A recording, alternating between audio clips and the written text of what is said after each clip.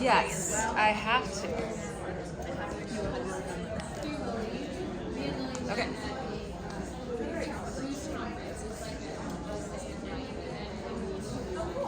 Hello, ladies. I need a timekeeper. Who wants to be a timekeeper? Lily? What time is it? It is 7:20. Okay. And Aria, I should have asked you this before. Do we have to be out at a certain time, security situation, or we can? Okay. Okay. So can you give me like I want to end by about 7:45, 7:50 with questions. So can you give me like a 10 minute? That's great. Okay. Hello, everyone. Who here, this is your first Second Act Society event? Yay! Okay, welcome. Thank you so much for coming. We love having new people join us. So I wanted to just give you guys a little bit of information for those of you who are new, might be review for those of you who have been in an event before. But Second Act Society was formed about a year ago. We just recently branded it, but it has been going for that long. So our mission is to help women who have potentially been very successful in their career to date find what they want to do next. And that could be just, I want to keep going in corporate, I want to be in the C-suite, I want to maybe make a lateral move, and that's great. The goal of Second Act Society is really focused around helping women, generally in our 40s, 50s, hey figure out what we want to do next if we're done with the corporate grind, right? And we want to maybe start a side hustle, or we want to expand our horizons. So we invite everyone, everyone's welcome, including all genders, everyone. But at the same time, we are really looking for connections with other ambitious women that can help us see people who have gone before and have maybe tried something different and gotten out of the corporate grind and had more career optionality, meaning I now have choices that I need to make and the financial, on my way to financial freedom to be able to do that. So that's our goal with Second Act Society, and we hope this mission resonates with you and would love for you all to invite others to join us. Woohoo! Okay, so what's in it for you? Why join? And by the way, it's free to join. This is not like a paid thing. This isn't an MLM yet. Just kidding. So, there's 3 things that I think about. There's a lot of words on this slide, so I'm just going to kind of walk through it here, because this is my first time trying to explain this. So, when we look at the optionality piece of career optionality, we want to spark new ideas for you. Meaning, I've never thought that I could maybe start a business on my own. I've never thought that I could get into investing in real estate. I never thought that maybe being a franchise owner would be a better fit for me than corporate America. So we want to provide access. And especially in Utah, a lot of this access, unfortunately, is locked up with female people. So we love allies, we love men, we don't hate men, but we are going to provide experts. And yes, sometimes those experts will not be women, and that's okay. It needs to be okay. We need the men who have the access to come and tell us their ways, their secrets, right? What are you doing? So we are going to provide experts. You, together with that expert, are going to create new knowledge for yourself and spark new ideas. And then you can take action. If we have someone come and talk to us, like we did at our last event in March, about angel investing, and you don't want to angel invest, that's okay. We're just going to give you a 15-minute preview, access to someone like Trent Mono, and say, this is the place you want to go if you want to angel invest. This is a good place to start. So you can take action on those things or not. If they spark an idea and you want to get involved, awesome. But we're trying to put you in front of and get access to the people in Utah who are making stuff happen in this space, right? Helping us create options for ourselves. So we're going to do that through our event series. They're still going to be themed. Who came to the Sparkly and Sassy? Yes. So they're still going to have themes. They're still going to be very fun. but we're gonna do like a 15, 20-minute, you know, thing that allows you to get access to something new that you may have never heard of before. And it may not be a good fit for you, and that's okay. But we're just gonna kind of like dabble in those things. So that's our event series. We also have now our speakers. So this is our very first one, and our goal here is inspiration. I don't know about you, but when I sit and listen to people speak and tell their stories, there is no better medium for me to walk away like, oh my gosh, I am going to change something tomorrow, you know? And whether or not we do is, you know, that's on us. But you are able to get access to those role models like Tara, and then you get to go create your story. And if there's pieces of Tara's story that resonate with you, talk to Tara, learn more, get more connected with people like her, and then go change your story, right? So this is where you get to take maybe a new action because you felt inspired. So our speaker series is, the goal of that is to provide that role model for you to meet and get to know better. Okay, and then we have kind of this second act sisters. I don't know, I was trying to do alliteration. I just have to, it's in my contract, like my life contract, because I'm an English major. So I have to do alliteration, sisters. So I think as we come together as women, we feel motivated and we feel that sense of belonging and purpose together. So we are gonna provide you with badass women, woo! And you get to create friendships and you get to decide, you know, who you wanna go deeper with, who you wanna have a friendship with. And then you get to take action, hopefully, together and help keep each other accountable. So that, I know that's a lot, but I've never kind of laid that out before. We want to spark new ideas through access. We want to provide speakers who are role models for inspiration, and we want to help keep you motivated on this next, whatever it is that you decide. Any questions? Good? Yay! Okay, awesome. So, I'm like saying next as if I have someone to go next. This is me. Okay. So we are very thankful for those who are supporting us. We have reference group. Who has been to a reference group, out of curiosity? Okay, a couple of you. They are fantastic. And in fact, our speaker series is very much inspired by Tyler Jennings and what he's doing with reference groups. So we want to invite all of you to attend these reference group meetings. They happen once a month, I believe. Aria, yeah, once a month. And so our next one here is on Friday with Andrew Smith, so you can go in and register. You're all invited, you're welcome to attend. And this space is subleased by reference groups, so they've hosted us tonight. So that's very great, and please thank them on our behalf. Also, dinner was provided by Beehive Meals. Hopefully you enjoyed that, some options there. You can use the code SAS for $20 off your first order. So there's a QR code on a poster in the kitchen if you want to grab that again, but this is a great option to make meals a little less intense. Our next speaker is Rita of Sheer Ambrosia, best baklava you've ever had. And if you haven't ordered from her Sheer Ambrosia, definitely would recommend, but also come to the event because she's bringing her baklava. All of it, all the baklava. I'm so excited. I have been to her house many times. Like, I'm throwing a Greek-themed dinner tomorrow. I need baklava, like, tonight. And she makes me baklava, and I go to her house on Saturday night. But now she's in an actual storefront. So Rita is amazing. She has an amazing story. We will announce the location at some point, but that's Wednesday, June 18th, so make sure to add that to your calendar. All right, finally, Tara, please welcome our speaker, Tara.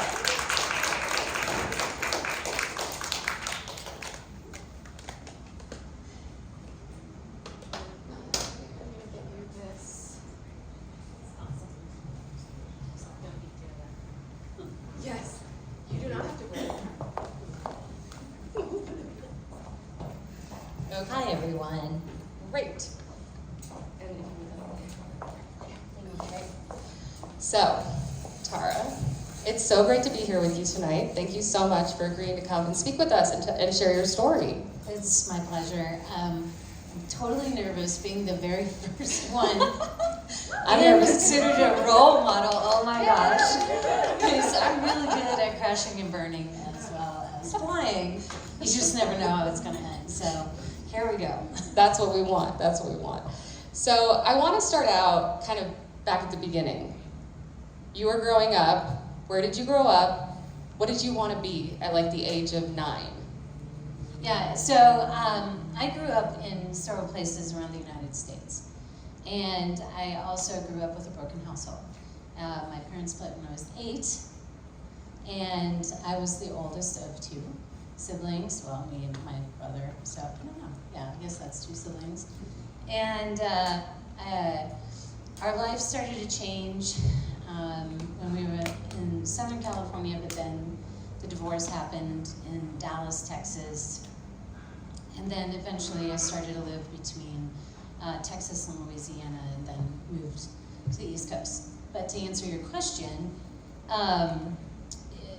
it was a very patriotic time in the United States. It was the mid-'80s, and I wanted to become the president of the United States. Yes. Why not? I saw my first like real election, and I was like, wow, this is cool. Go Ronnie-O. And so it was just kind of inspirational. That is amazing. Yeah.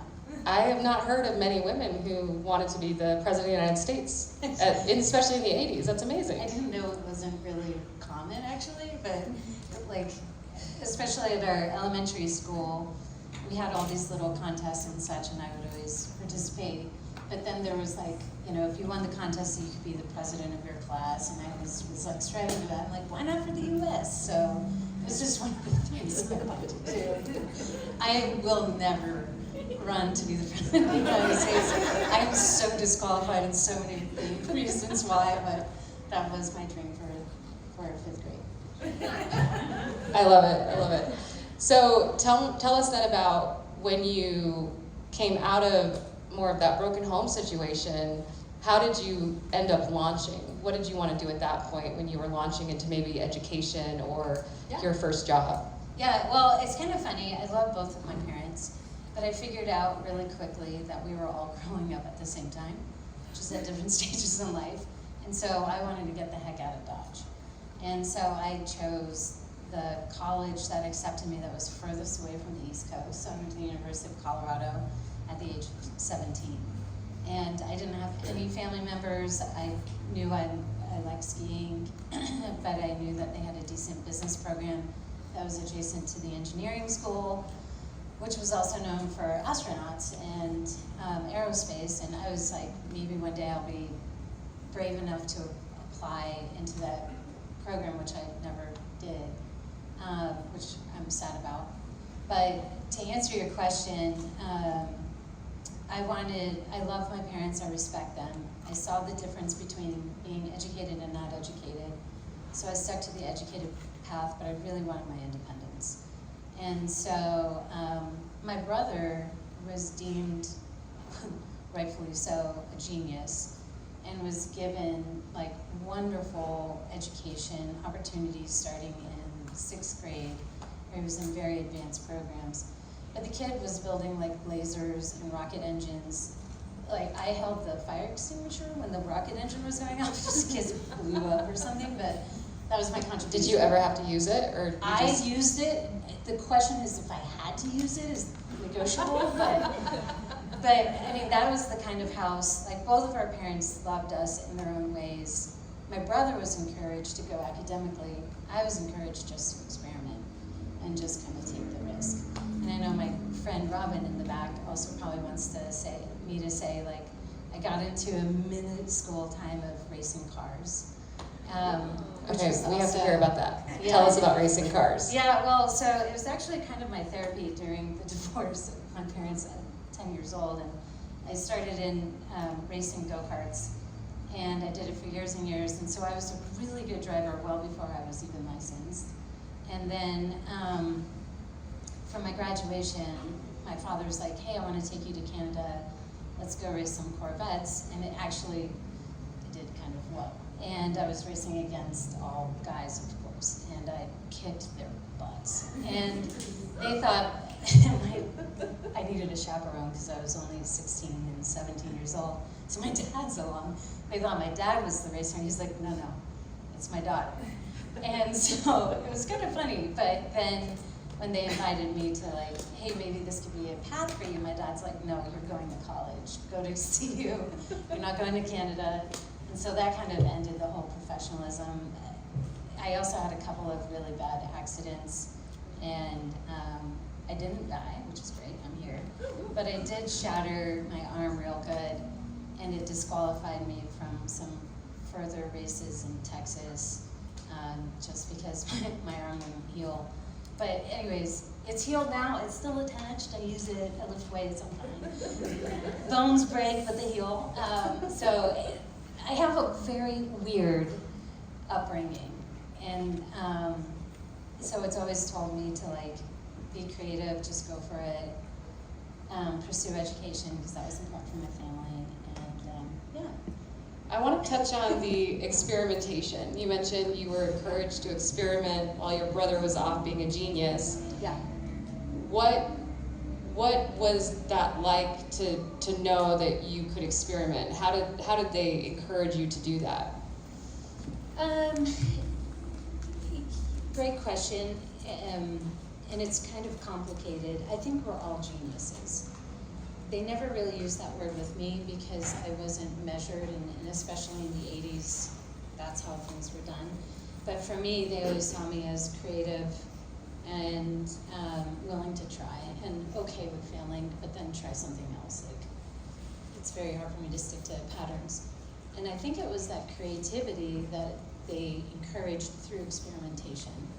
I hope that makes sense. Yeah, okay. For sure. So you graduated college, Mm-hmm. and what was your degree again? Bachelor's of Science, business emphasis, and business administration, emphasis in marketing. And at that point, you weren't going to be the president of the United States. But I was the president of my school. Of course. And I lost 3 times before I won. And so I was really afraid to run the second time after the loss, and my girlfriend Jen Mo was like, Tar, you lost by a smidge. What could happen? I could lose again. That's exactly what happened. And then I lost again my junior year, and then senior year I won, and then I was elected president. Who knew if your name is on the ballot year after year after year, people think you're already in there. So, haha. You just became the incumbent by default. Yes, the stalwart. I love it. I love it. So you obviously developed a ton of grit and resilience, and you had kind of a let's just see what happens attitude going into college and your racing days, experimenting. At the point that you were graduating, what were your aspirations? What did you want to do? And then what did you end up doing? Yeah, I wanted to do something in marketing because that's what we did back then in the early 90s. It's like you get a degree, you do your degree. And it didn't work that way. And like grit makes the pearl, right? Grit makes the pearl, ladies. I was told that many times. I got a job offer from E&J Gallo Winery, but they screwed up. I was only 20 when they gave me the offer, so they had to rescind it and wait until I was 21, because you cannot work for a winery if you're not 21. And so, thankfully, I had a job, but as a salesperson. And I got my butt kicked for 2 years in the field sales, selling wine, Boone's Farm, E&J Brandy, Peterbella, every Gallo product known to mankind, from Denver east and all the way up to Kansas. And, again, it went to the grit, make the pearl. I knew I had a very short trajectory in sales because it's a burnout job, so I was like, well, how can I get into headquarters? And so I ran pricing experiments, and I was tracking the throughput of what was selling just by dropping the same bottle of wine from one store to another store right down the road by 10 cents. And then I just did my own calculations on paper, and when the regional manager came out, I literally went to Kinko's, I Xeroxed it, I got it, those little spiral bound thing. I'm like, here's my data, I need to go to headquarters. And he was like, okay, well, I've never seen anything like this. The money's in sales, it's not at headquarters. And I'm like, no, but I need to go. And he's like, there's a interview process going on, but you're gonna go against all these people with masters from like Kellogg, and I'm like, great, let me at it. Because I've been selling your wine for 2 years in the field in Denver. And so I literally went there and just muscled my way through, got to headquarters, which I failed miserably at. But this was 96, 97, and our winery did not have a website. And so I was like, well, what if I can somehow still work with marketing, even though marketing knows I'm really not smart enough for them, by building them a website. And so I taught myself how to code after work and got HTML for dummies, but it wasn't even HTML then. And there was no, what do we call it back then? It was like WYSIWYG, right? There was no interface. It was just, yes, you were coding. on Essbase and all the such, and like, really, it was hard. And the gal that sat next to me in the cubicle was like, I want to learn this too. And so she and I would prod each other and work together late nights, weekends. That does not happen at a winery. Everybody loves to drink starting at 3. And so here we are. And so I am so thankful because I built the website. And I was like, we're going to automate the process of order entry for your marketing material. And it worked instead of doing faxes or guesses.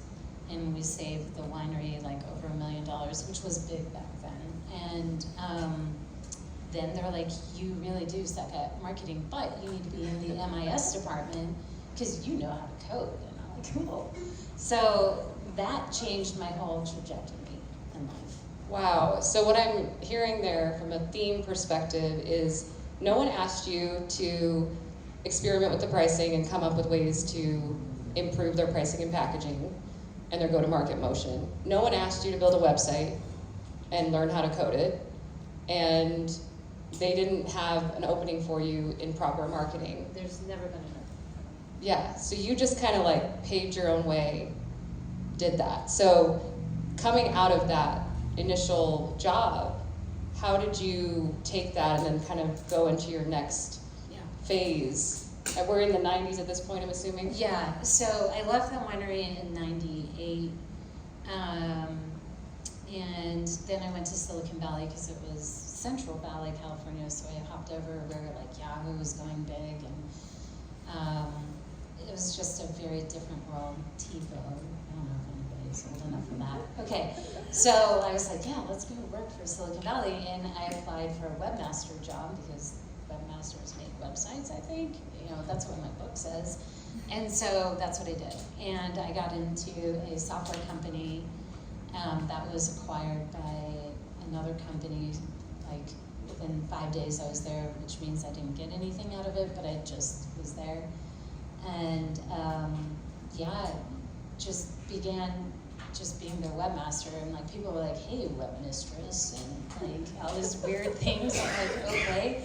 But I mean, there were also salesmen back then, and I was a salesman selling, and so I knew there's not a lot of women in the room, but I didn't realize what I was doing other than just exploratory, let's try to do something that hasn't been done, and I'm gonna make a space for myself. I'm not gonna wait. So I hope that helps. Yeah, no, that's awesome.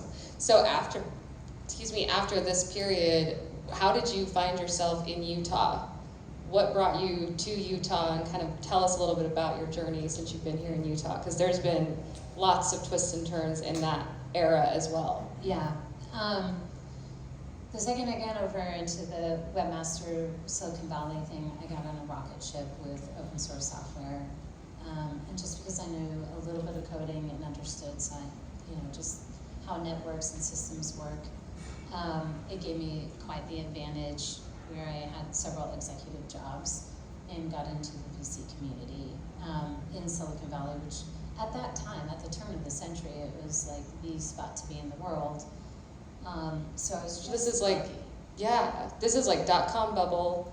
How much post post-.com bubble, and then how much of being in the right place at the right time do you attribute it to, versus like, tell us a little bit more about, you know, in this phase of your career, what do you attribute your success and your constant reinventing yourself to?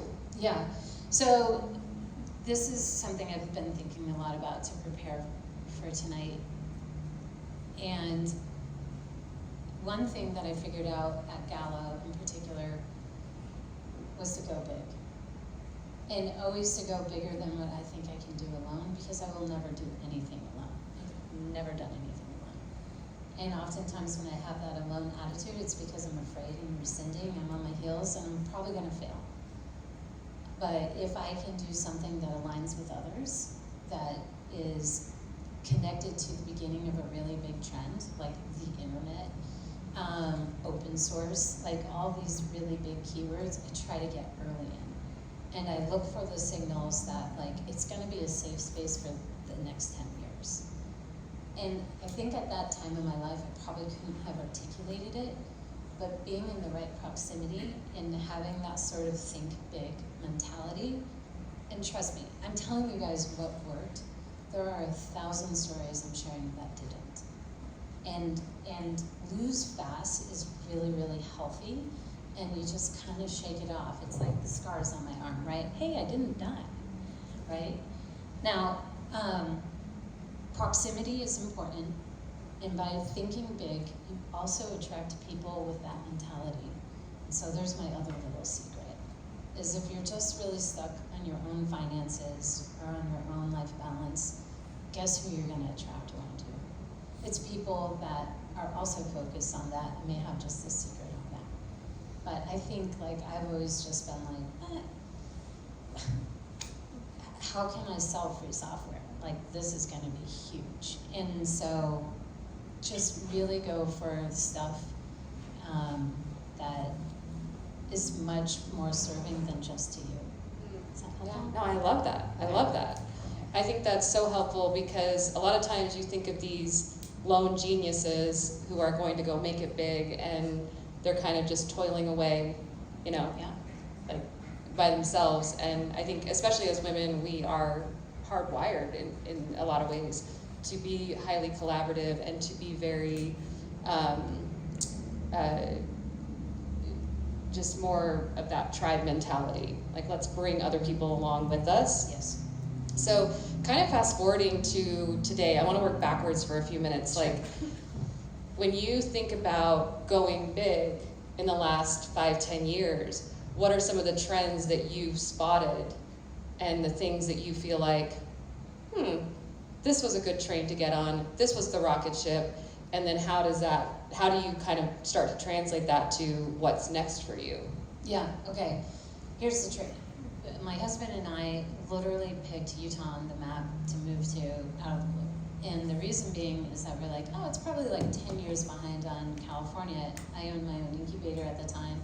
I'm like, I bet you I can get a lot of startups into my incubator, and away we go. First off, it wasn't 10 years behind. It was about 15 to 20.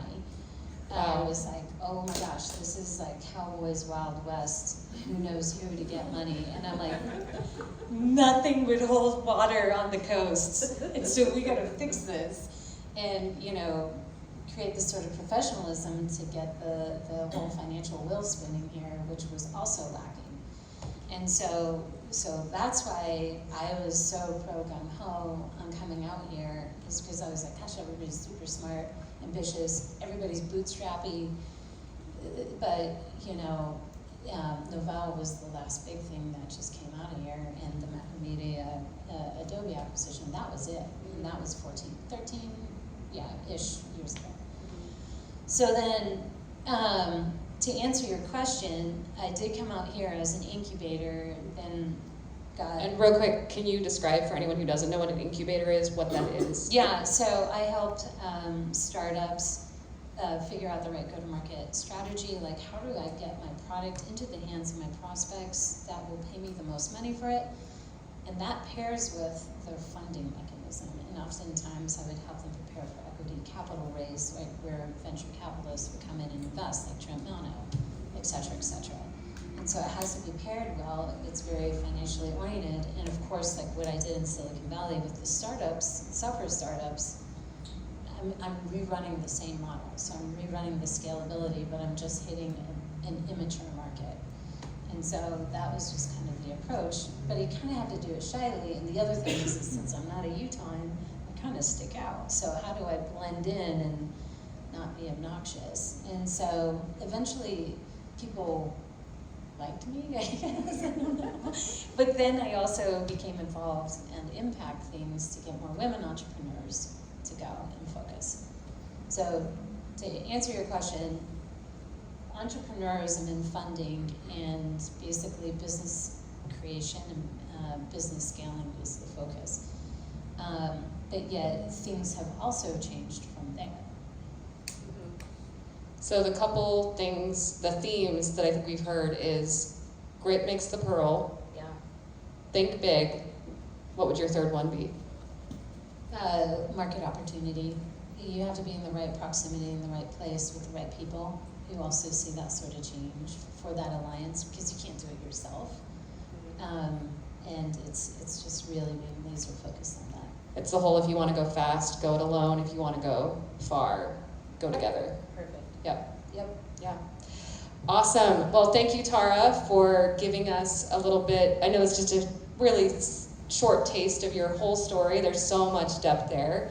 And if you haven't followed Tara on LinkedIn, highly recommend that you do. She's always out in the community speaking and helping to bring people together and understand more about what her world has been for the last 20, 30 years. So really thankful for Tara. So please give a round of applause for Tara. Thank you guys so much. Does anyone have any questions for Tara? I'm curious what you foresee like what's trending now, what's sticking in the tech department specifically, and what direction do you see it going in right now? Okay. Raya just asked the question, what's trending in tech? Where do I see it going? I think it's probably one of the most exciting times yet. And already this year I've taken like AI certification courses, but it's unbelievable on how it applies to absolutely everything. The aspects of tech that I'm personally excited about is truly along this theory of value chain, which is, you know, how can technology really improve every single step into creation of an actual physical good? I am playing around right now outside of like personal investments with critical minerals. And part of the critical minerals is discovery by using drones, x-rays, and all this such. Once again, it needs that computation of AI and you know, just massive models to understand exactly, you know, what's accessible and such. But that's the sort of tech value chain that I think we haven't even created the right physical equipment to compute fast enough, because like you look at the costs of AI and tokens, I think it's lopsided. I think, you know, it's gonna go to the floor.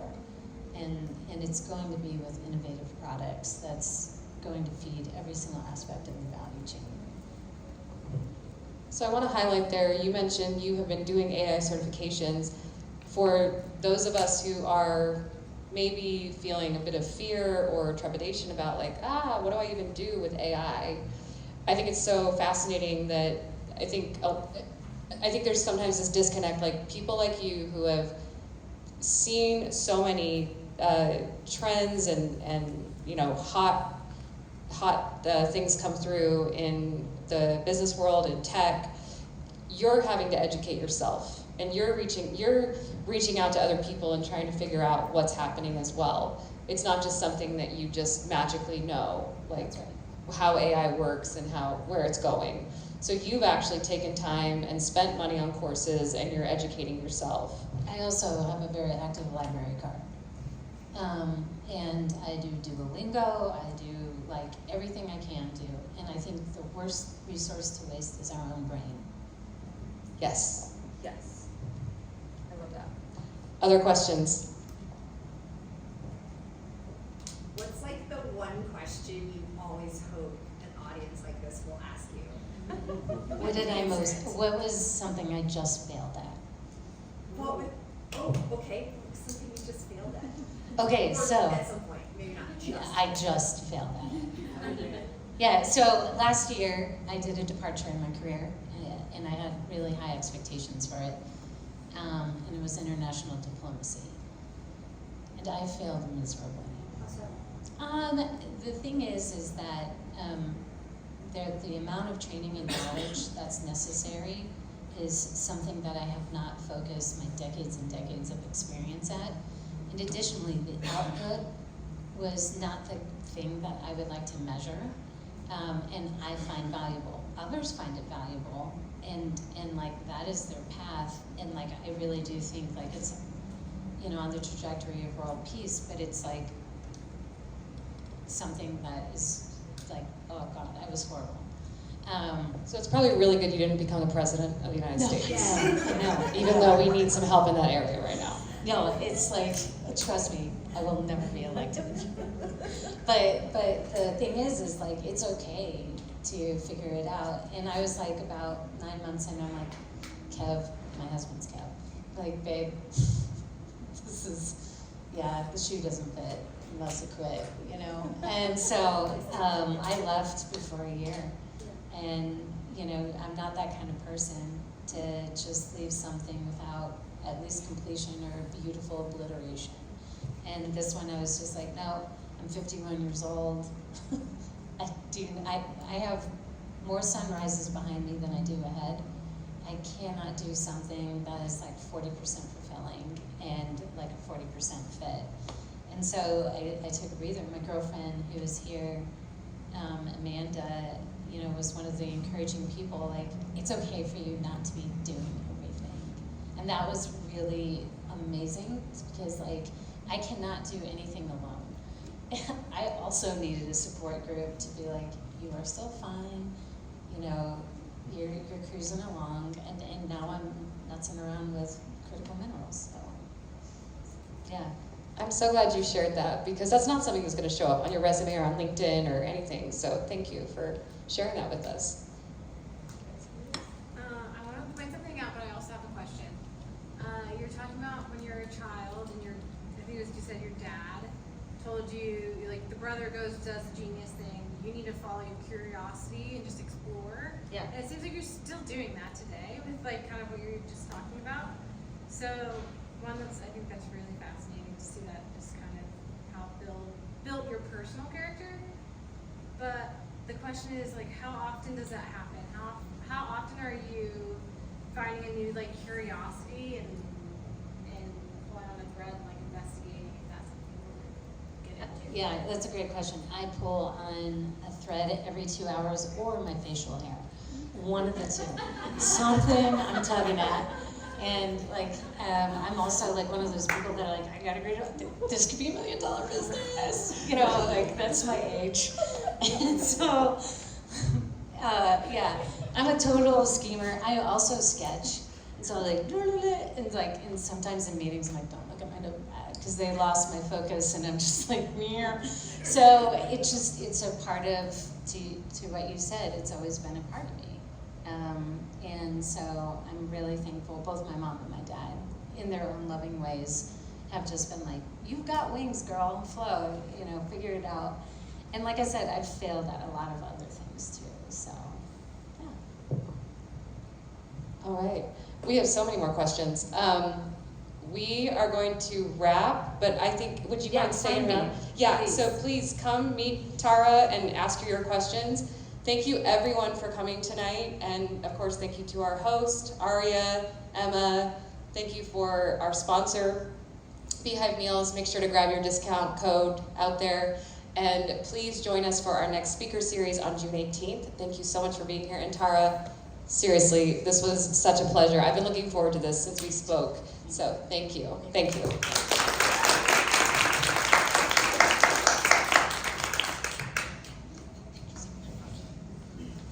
Thanks, you guys.